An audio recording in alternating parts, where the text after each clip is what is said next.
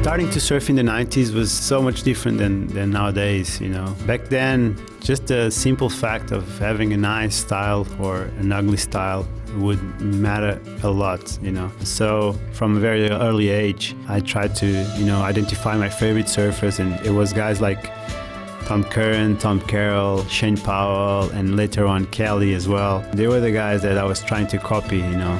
They were the guys that I was just watching all the time in surf movies and then go out and try to emulate my surfing. And I think that eventually start creating my own line and developing my own style. So it was huge back then, you know. Style was everything.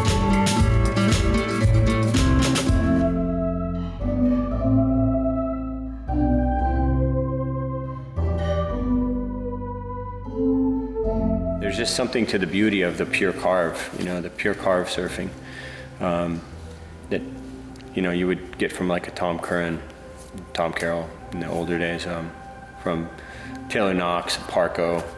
I think I would put Tiago in that category. You know, you see him here, he will just build speed and you just see him winding up, and then all of a sudden he'll just lay it on rail and just do some of the biggest hacks. Bottom turn, top turn, that big rail, powerful maneuver, you know, that's the base of good surfing. I think Tiago was the same kind of generation as me, you know, power, speed. You know, he had an amazing forehand wrap. I always loved his power carve.